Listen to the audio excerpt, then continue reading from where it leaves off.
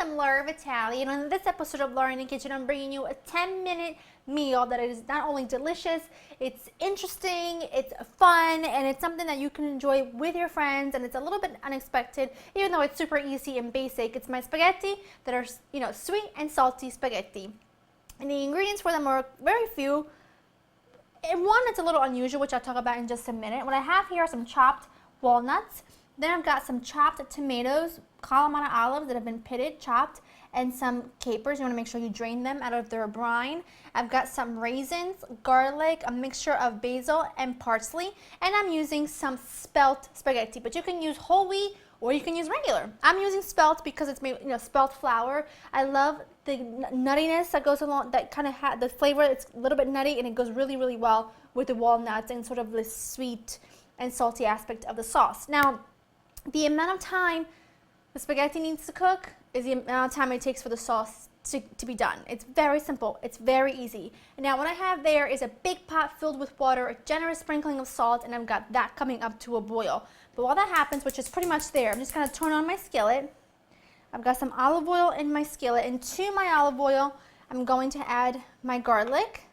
I'm going to let that come up to temperature on a really low heat, like medium low, because I want it to get really nice and nutty, but I also, what I really want is for the garlic flavor to release in the olive oil so that the olive oil is really infused in the garlic. In the meantime, while that happens, I'm going to pop my walnuts into the oven. I got my oven preheated to 400 because these need to toast up a little bit. I'm going to add my pasta to my boiling water. To my browned up garlic, I'm going to add my tomatoes, capers, and olives along with my raisins. I'm adding the raisins in at this point because they need to cook in the tomato juice that's going to release to plump up a little bit. And if you've noticed, I've used a smaller skillet, and that's because when this dish was first made for me, it was made for me by my dad's friend who works in a restaurant.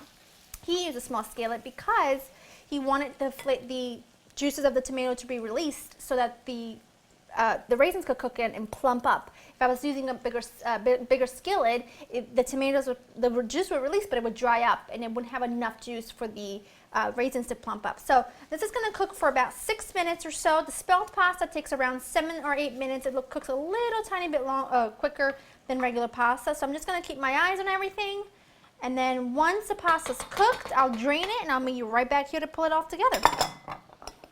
My sauce is looking perfect. I did want to mention that I did cover it with a lid just to help the steam kind of help plump those raisins really, really well. I'm going to season this with some salt and pepper. I also drained my pasta and I put it back in the same pot.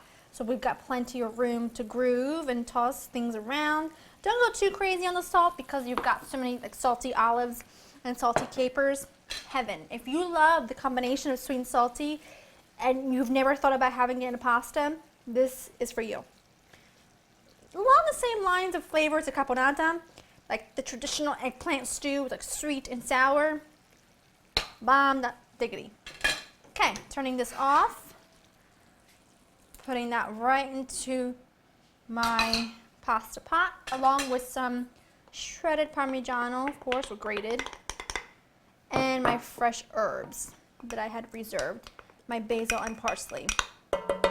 It's quick, it's easy, it's a total crowd pleaser. There's really nothing to it, and it's really, really different. It's something different enough to be interesting, but yet still really, really simple. I'm going to just get some for myself. And the spelt spaghetti really does do something special with it. And then, of course, you got to top it with your nuts because it's that crunch that takes this to another level. They were just in the oven for about 5 minutes. Just give this a good bite.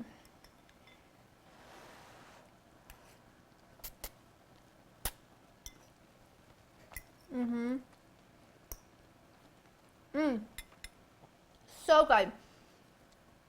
If you like a little bit more of a sauce, then make sure you reserve about a half a cup of the starchy cooking water and add it to your tomato mixture just to have a bit more sauce. But traditionally, it's not meant to be like swimming in sauce. This is incredible. Head on over to laurainthekitchen.com to get this really simple yet impressive recipe. Hope you enjoyed spending time with me, and I'll see you next time. Bye-bye.